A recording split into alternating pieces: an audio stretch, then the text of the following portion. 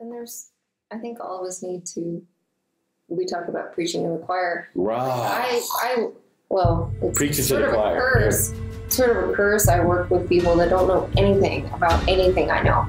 And they are activated post-Trump.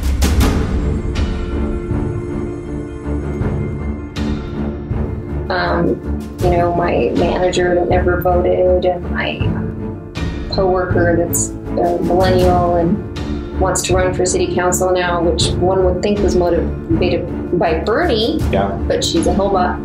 But she's you know, heartbroken all the time, and she's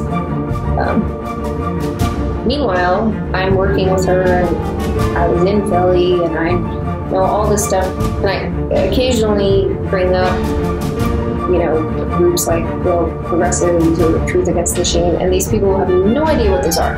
So we have this, so it's like, what good does it do?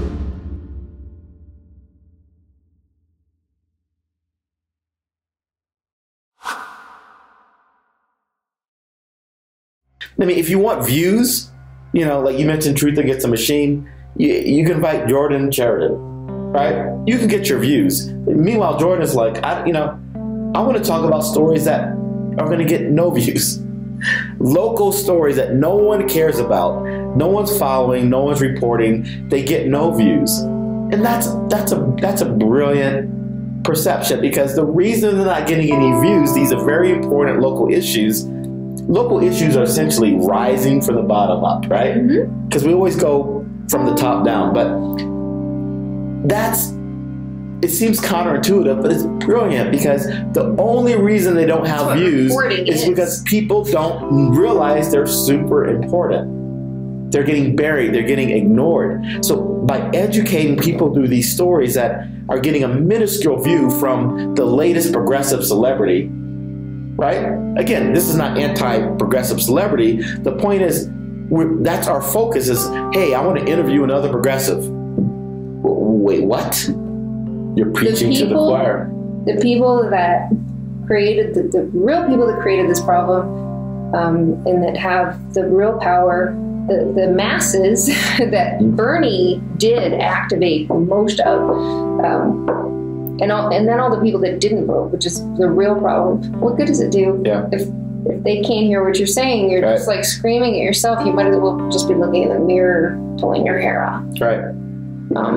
You make an excellent point. And really what we're talking about now is sort of a splinter, because in one of the batshit crazy things that is happening in the progressive movement is this war between dim enter and dim exit, right? And really dim enter is sort of what we're talking about. These are people who are strategically saying, hey, we need to take over the choir. We need to take over a different choir, because we're talking amongst ourselves. I want to go in and da-da-da-da-da. That's valid. It's not the only way. You could be dim exit and go, hey, we want to change the forces from outside. And you can also be dim enter and say we want to change from the inside. You know why I know this to be true? Because you fucking wanted to vote for Bernie. Every one of you dim enter and dim exit people who are fighting with the other side are fighting against yourself. Because Bernie said, not me, not us. He wanted to rally a bunch of people because, hey, change does not come from the top down, it comes from the bottom up. So that's dim exit, to rise the people up. And then while he was going to work from within the system as a Democrat to change it from within. So they're not mutually exclusive. You can have forces inside and outside going towards the goal. And if somebody thinks one way is the only way, you've missed a point. So you have to have voices from the inside and the outside working for theoretically the same basic goal, which is... Look, can we just have common sense? Stop fighting. And to go to your point about preaching to the choir, that's all progressives are doing right now. We're forming these coalitions of us. Like I out there, door to door, like talking to like real people, the people that you've made not even be able to deal with emotionally, but just talking to each other isn't it's not happening. And this is controversial, but we sort of we sort of need to get past post rallies and post marches. These are essential. These are essential to bring awareness and to form relationships and to form groups. I'm not discounting that. What I'm talking about is a rally and a march as the end game. No one is listening to these. None. Not Trump, not the Trump administration, not conservatives. That's the choir. So it's useful to collect and rally the choir and people who are, becoming newly awoke. But if that is the end game, worthless. So you need to take that coalition that you form from these rallies and from these marches and then do the next step. The next step is actually getting to the hill. It's getting to the other people outside of the choir, the Trump people, the Hillbots that aren't listening at all to you. That's the next step. So these rallies and marches, etc., these campaigns need to be a starting point, but not the end game. They make us feel better because we're bringing people in. We got to get out of this me shit and to the us. The us is everyone else that we're not preaching to. You go to any random group that has any kind of a following, they're interviewing famous progressives, notable progressives in the movement, people who are already on our page. What possibly can that do in the bigger movement? We need to bring the Hillbots and the Trumpers on board. Stop talking to ourselves. And the people that didn't vote. The people who didn't, and the people who didn't vote. The largest group of people out there is the people that have never voted, the people that didn't vote for this election. I do not understand why for all Republicans, for Democrats, for progressives, for Green Party. Green Party, I think, is focused on that. They just don't have they don't have Bernie power. Right. But that's why isn't that the focus? Yeah. I mean, if you want views, like everybody's given up on that. I mean, Republicans don't want the masses to vote because the masses aren't Republican. Absolutely. The masses aren't conservative. So there's a movement there. That's gerrymandering. That's all of that. But that means all the rest of us are on the same side in getting more people to vote. Right.